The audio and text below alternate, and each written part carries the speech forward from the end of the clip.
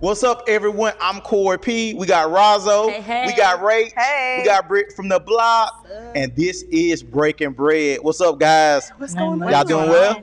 Y'all ready to break bread? Oh yeah. Hey, now, we on our part 2 of Save, Single, and Sex. All right. So before we do that, we was doing a quick little game right before the videos came on. We actually was just eating Mentos, and on these Mentos, Hey, so the Mentos became a game. Come on, Roz. this or that. Okay, who wants the first one? They're this or that Mentos. Yeah, so I got 1, 2, 3, 4, 5, Well, 6. just do- Let's see who wants. Who wants the first one? I'll take the first one. Okay, this says beach or mountain. Ooh. I would definitely go for a beach over a mountain. But mountains are definitely pretty. Yeah. What y'all think? Man. Depend on Depends on the weather. Depends Yeah. on the weather. It definitely depends on the weather. Yeah. So if it's winter time, I want to go to the I mountains. want this one. Some- Okay, this say go. cone or cup. I definitely want a For ice cone. cream? Yes, I go with cone. I'm going to go with cone. absolutely. Yeah. Waffle cone. It depends on how childish I feel that day. Okay. I'm definitely saying. Okay, this one. I'll do this So, one. right. Mermaid or unicorn? Oh well, we know Rod's gonna say unicorn. Gang, gang. I probably say unicorn too, but Ariel, the Little Mermaid, is my favorite Disney princess. So. Okay. All Pastor right. Corey, this is for you. Okay. Call or text? So we know. I'm going with Carl. You know, that's You just. even know how to over text? 40. I do not text. Oh, you're not over 40. Oh, I'm so Lord. sorry. I'm so sorry. This is what I deal with constantly, guys. Let's jump into it. So on our last episode, we talked about we got into talking about porn. All right. So we kind of jumped into it. We was talking about we shared our perspective, but the people reached out. They want to hear more. They want to talk about it a little more. So let's jump into it. Britt from the block. You got anything that? God. I just called you out. Hey, well, you took I was like, okay, it's about to come out so long. He did call you out though. Yeah, Let's go. Hey. I mean, man. So I'm starting it off? Yeah, spotlight's on you, girl. Okay.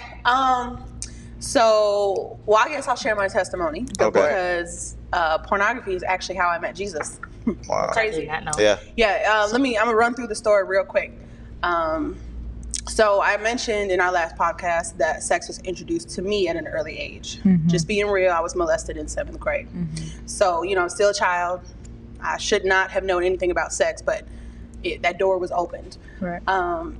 So I actually started, I don't know how I even knew to do it, but I kind of started to watch porn to try to see what was happening to me. That makes sense. Yeah. So I was learning about sex and learning about my body through porn, which was not good, but that's all I had. So fast forward to when I was 18, I willingly gave my body away to my boyfriend at the time. So that was the first time I ever, had sex. And unfortunately, I was thinking about this morning because I knew we were going to record this. Unfortunately, my mindset, what I was taught in high school, was in order to keep a man, you needed to feed them, please them, and not nag them. Yeah, man. So I was like, okay, I always had the desire to be a wife. Right. And so I'm like, okay, cool. This is what I got to do. This is what I got to do. And it's sad that that's how we learn, because looking back on it, it's like, wow, that's not even close to to what you need. but not a child shouldn't. Yeah. So, before when I first started watching pornography, there was no pleasure associated with it because it was attached to something that was traumatic. It was just solely, I'm trying to understand what's going on. But now that I started to have sex, I'm associating it with pleasure. Right. So, to be honest, unfortunately, that's how I learned what to do. I didn't know. I mean, I'm a child. I shouldn't even be, engaging in this activity anyways. So when he and I broke up, I've always wanted to be a pretty classy woman. So I didn't want to be promiscuous. Right. But I still had this desire. So now that I associated porn with pleasure, I mean, to be honest with you, I was like, well, I can't get pregnant. Can't give myself an STD. Yeah. I'm not adding another person. Right. No. So what's no the point? higher body What's the count. problem? There's no problem. At the time, it was great. Yeah. I mean, I had no complaints because there's no repercussions. Yeah. Or so I thought. Yeah. So, I don't remember what movie it was from. I think I have a gut feeling it was from War Room. but maybe not. War room. I love that you know movie. War Room? And With porn? Priscilla No. Shirer. What I'm going to say. The I statement. think it was there where they say that the enemy will give you just enough rope to hang yourself. I don't know. If it was War Room. Yeah, something like it, Something like that. along those lines. That is so true Yeah. because there was, I was doing it willingly whenever I wanted to. And I remember there was a point in my life where I was like, all right, I'm good. I don't want to do it anymore, but I couldn't. I couldn't stop. Right. So, excuse me, over time, I was developing an addiction. I was engaging and willingly indulging Right. into something that I had no idea was a trap. Because Yeah. that's exactly what it was. Right. Again, I didn't see any repercussions. It was only benefits to it. Yeah. Until I was, like I said, I was ready to stop. I mean, it was so bad that I was doing it maybe 3 or 4 times a day. Yeah. I would be tired, exhausted from the I'm day. about to say, you need a nap. But I'm saying, but it wasn't, I didn't have control anymore. Yeah. So It was it's kind of like whenever people go outside to smoke a cigarette. That's exactly Yeah. the, It's like- that commercial, It's like a the little learned behavior. Yeah. person. Yeah. That's you. It was an old commercial. Slogan. Yeah. Where the little person's like, like, the come person on. maybe is playing video games or something. Little person's like, all right, let's go smoke. Yeah. And they're like, man. They're like, no, let's go smoke. Yeah. That's exactly how it was. Yeah. Yeah. Exactly. I hated it. Yeah. And I got to a point where I'm like, oh, I don't want to do this anymore. Yeah. But I couldn't. I was a slave to sin. Yeah. So, in songs and stuff, when they say I'm no longer a slave to sin, Girl, I feel that. you be Yeah. shouting it out, I feel Yeah. that. So how I ended up meeting Jesus was, it was horrible. I didn't see a way out. There was no escape.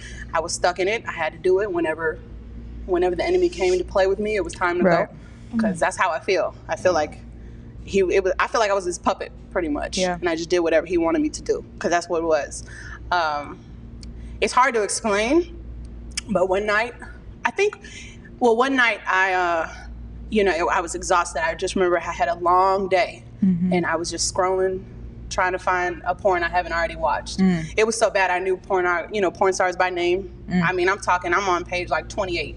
Like, it's sad, but that's sad. That's an addiction. Wow. It was sad, and it was hours. And then finally, the way I replay that night is, I feel like there was maybe 2, you can even say 2 demons. I feel like they were just sitting there, just playing with me.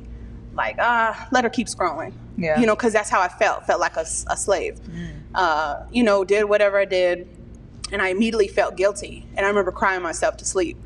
And I feel like I didn't know to call on Jesus because I didn't know that he was my savior. Yeah. But I feel like maybe in that moment, that was a way. I don't know. I don't know what happened because I didn't know Jesus. Yeah. Went to sleep, woke up the next morning. I remember sitting up, and I felt different. I just can't explain it to people, Yeah. but I felt different. And it's like something was left in my mind that God had something to do with it. So I was like, this is kind of weird. I knew there was prayer at this church not too far from me that same day. I went to prayer, and when I was there, the person was praying on the altar, and they randomly, they're praying about school or something like that. And they randomly stop, and they're like, you need to fast. And I was like, what? I thought she was, I felt like she was talking to me. Yeah. Yeah. I swear the sky opened up and a light fell on her. I was like, fast. I know nothing about fasting. What is fasting? Yeah. So I got a book on fasting. There was a fast for what's called a besetting sin. So it's a sin that just consistently trips you up. I went cold turkey, 7 days, no food. I was like, let me try this, because I tried everything. Yeah. How'd If you do that? nothing else Jesus. than this. I mean, seriously, I look back Yeah. because I was determined to be Determined, free yeah. from Yeah. that sin. Yeah. And so I did this fast, and I was praying one night. I know this is long, I'm sorry. No, But you're I was good. praying I'm one intrigued. night, and I was praying to God, and then I randomly said Jesus. And I stopped, and I said, I was talking to God like how I'm talking to y'all Yeah. right now. I was like, God, when do I pray to God and when do I pray to Jesus? Because I didn't know the difference between the two. Yeah. And mind you, this is when I was 24 years old. I'm 29 right now.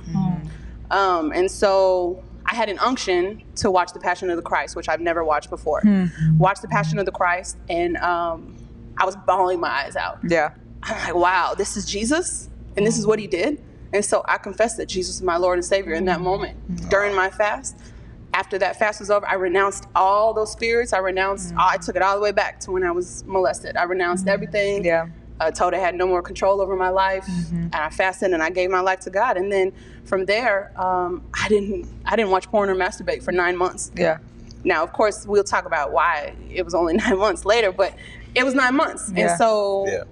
I said earlier, or we were talking before this started about how some people don't deal with lust, and I was like, man, Must be nice. must be nice. But at the same time, Yeah. I mean, that's how I met Jesus, though. Yeah. And that's my testimony now. Yeah. Girl, that's So- Man, that's Yeah. great. So yeah, I know I have a lot of experience with this topic. Yeah. Yeah. Yeah. You know, you made an amazing point when you was talking about that. Sometimes we think like this is nothing. You know, we're not gonna have any because you can't get pregnant, you can't get Right. an STD, Right. and you know, it's some people even push that. You know, to people that Yeah. okay, that's a way to protect yourself, but they don't realize that you're inviting so many different spirits Right. in. You know, really, that's what got me to a place where I had to stop watching it when I realized that.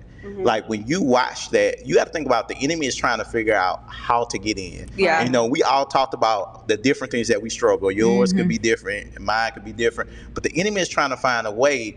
And when you invite from porn, we're inviting those spirits in. So Right, we allow, watch this, we're allowing them to come into our home. Yeah. Right? And I mean, in our space, in our area, and then we think that it's only it's gonna just be sexual, but no. See, when the enemy get in, now he's gonna put all other type of things, depression, negative mindset, Right. so many things come in when we allow that into our home. So that was a great point that you made. I think it's also important to remember that, like, whenever Satan wants to move some way in your life, it's not always going to look bad.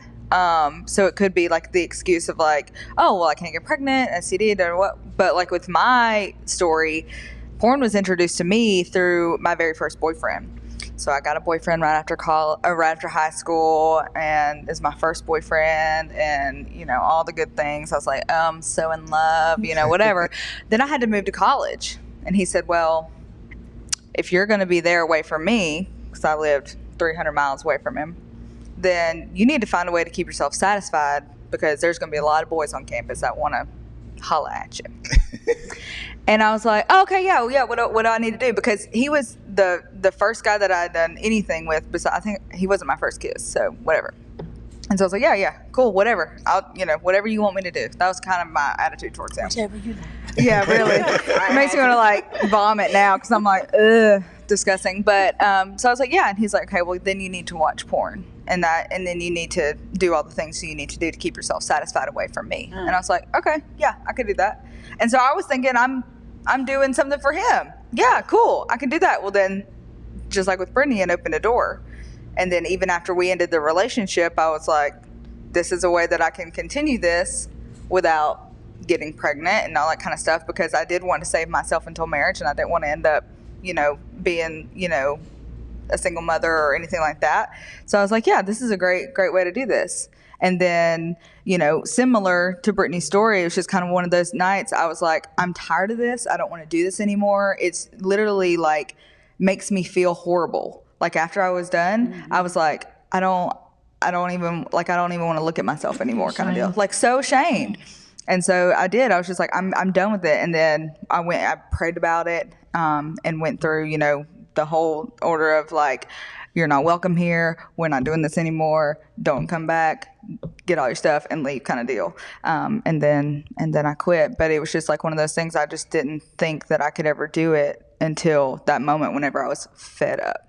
No. Okay, so I want to go back to what you said, that you went into porn because you're trying to figure out what was happening to your body. So back to what we were saying last episode, that nobody talks about sex. Nobody talks to younger kids now because they wait till they're in high school. But these kids knowing about sex in elementary school, and nobody talks about it. So they're running to social media, YouTube, the internet that they have access to find out about it. And there you go, 7 years old, porn, a door open. Right. Okay, so my question is, when do you think that sex talk should happen? I was 5 years old when the sex talk happened for me. Wow. Yeah. My baby 4. I can't. But you can do it. But my parents did it in a way, rewind. My mom's a social worker. So she sees things that happen to kids all the time, the repercussions, what they go through, and the horribleness of it all. And so she wanted to set me and my sisters up for if anything were to happen, or if anyone was trying to do stuff, we understood what was right, what was wrong as far as consent goes. It wasn't necessarily the sex talk, and as far as like adult and mature, it was more of a consent talk of like, this is yours, this is private, all that kind of stuff. That. We learned all the names of everything, the anatomical names. We knew, we don't do this, we don't do that kind of thing. But I was 5 years old whenever that happened. And you didn't have that talk? So you was a 7th grader and you knew nothing about nothing? I didn't know anything about myself, for real. I really didn't. I mean, I remember going to like sex ed classes. Yeah.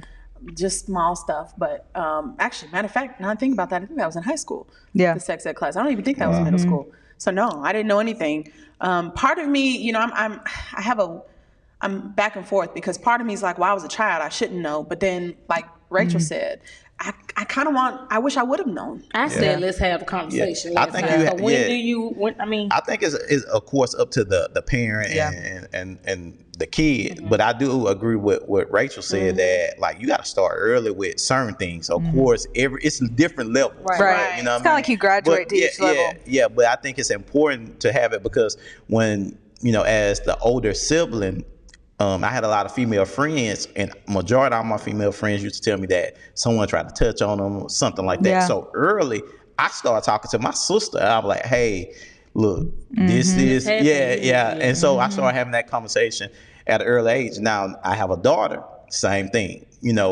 I think, like Rachel said, you got to start somewhere, and then you build off it. I think, and that's the thing, and that's why you got to have a strong foundation. Because if you don't have that strong foundation, going back to what Brittany said, whatever you first introduce, that's what you know, and it's hard. It's hard to break when you get introduced to that at a young age, because you don't know, know, and so that's why it's so important to have those conversations. I always talk to young people, and I ask even adults, if you ask anybody the issue that they're going through, it didn't usually start when they were adult. It started when they was a kid, right? And then you look at 2 Timothy, the 2nd chapter, it says, flee the evil desires of a youth, and pursue the righteousness of faith, love, and peace along those who call on the Lord out of pure heart. So we see that a lot of those things. The King James version. That's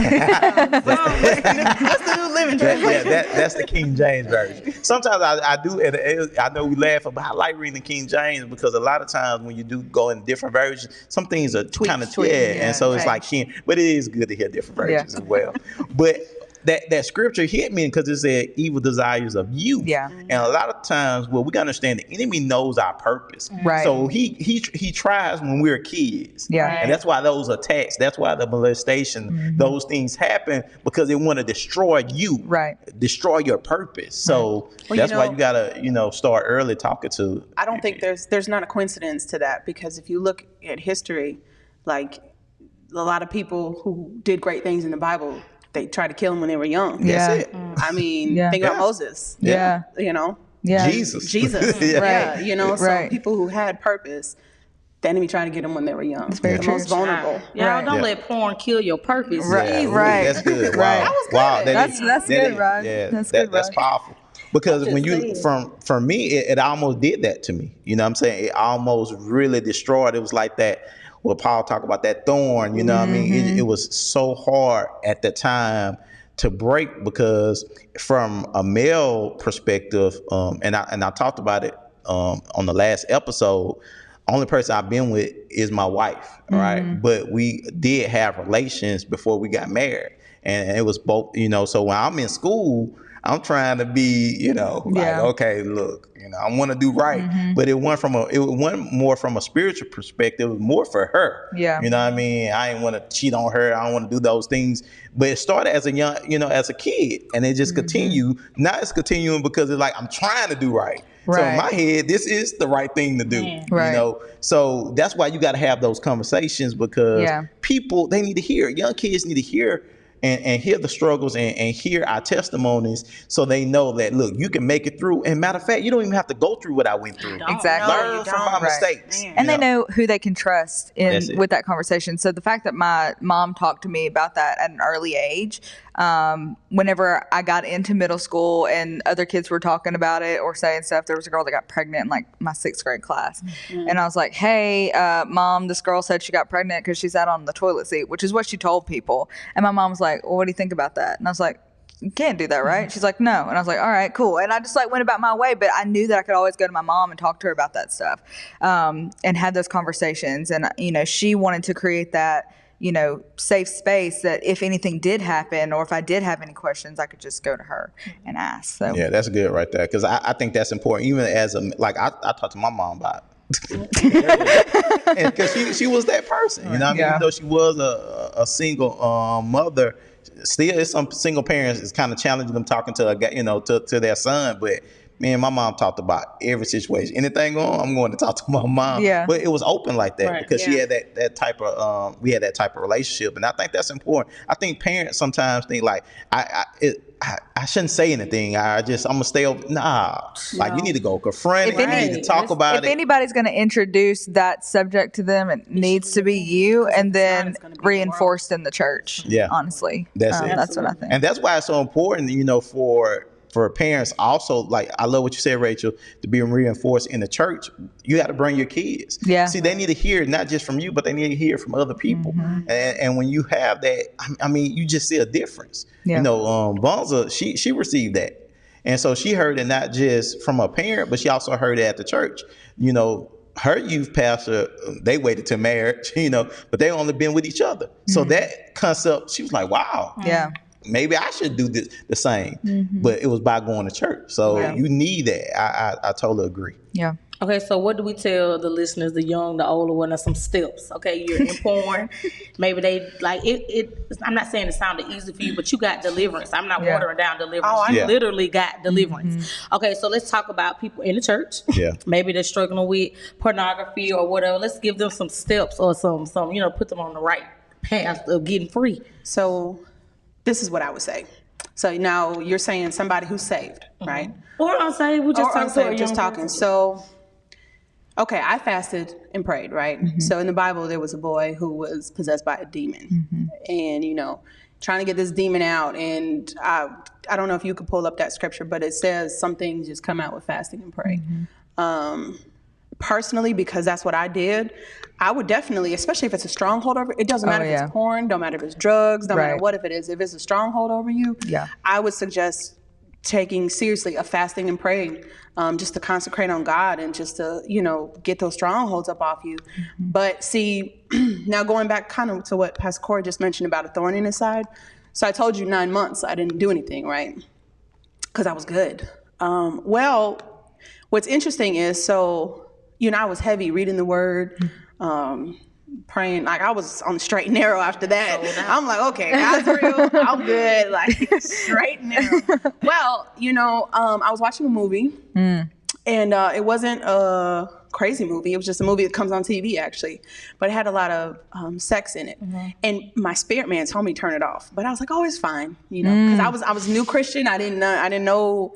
Okay, Holy Spirit. Oh, okay, off. I didn't know that. Yeah, tell me twice. No, but at the time, I didn't know. At the time, you didn't know. Baby, I didn't know.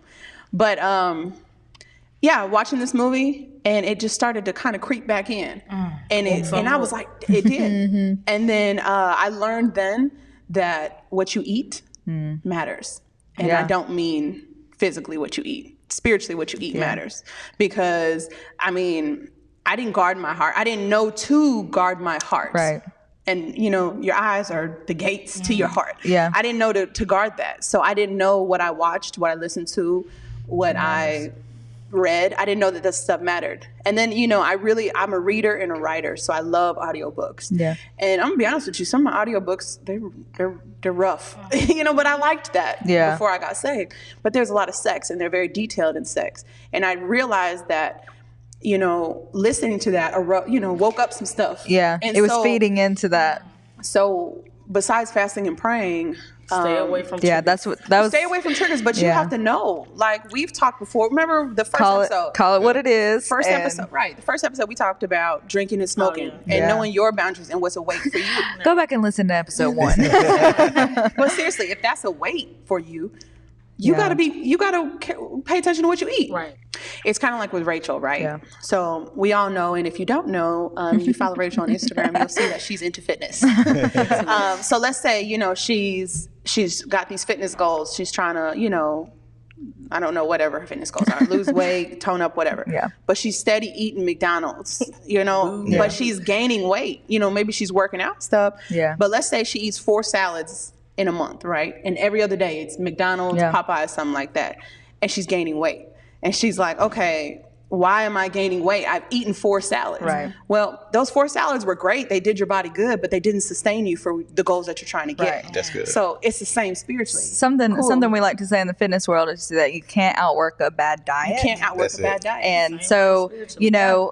for me at the beginning, whenever I was I was like, so I started coming to church more. I started serving more. I started thinking that I could, if I'm just submerging myself in this, and it wasn't working because I was still putting that stuff into my. Right. So your diet. And so it's the same spiritually. So yeah, you come to church every Sunday, but what are you eating throughout the week? Right. That's good. You know what I'm saying? So you have these goals. You're trying to stay away from drugs or porn or sex or whatever, but you're eating it throughout the week with the Right. stuff that you watch and listen to and read. And Pastor always say you gotta remove and replace. So Yeah. from your life, you gotta replace it. So, Yeah. So I mean, stop watching Yeah. porn and replace it with replace a it book. with a book. Get emerged. Shout out to Pastor. Shameless plug. But seriously, really- though, man,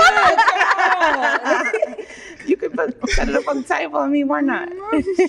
But yeah, we're definitely not watering it down either. It may be hard and it may be steps, but the thing is that if you do fall, don't stay there. Like, Yeah. get back. There's grace for that. Like, God knows you can be transparent with Him. Find somebody to hold you accountable, that Right. you can dump on, to talk to help you walk through the process. Because, deliverance is real. Brittany's Yeah. a living witness. I'm Yeah. a living witness. We all a Yeah. living witness that deliverance is real. But, Yeah. man, don't let porn kill your purpose. I'm stuck on Yeah, that. bring it when to the you light. said that, It's like something that was greater. for me. I think that was like what made me really be healed in that area because it was destroying my purpose. Right. And we see it from a biblical perspective, right?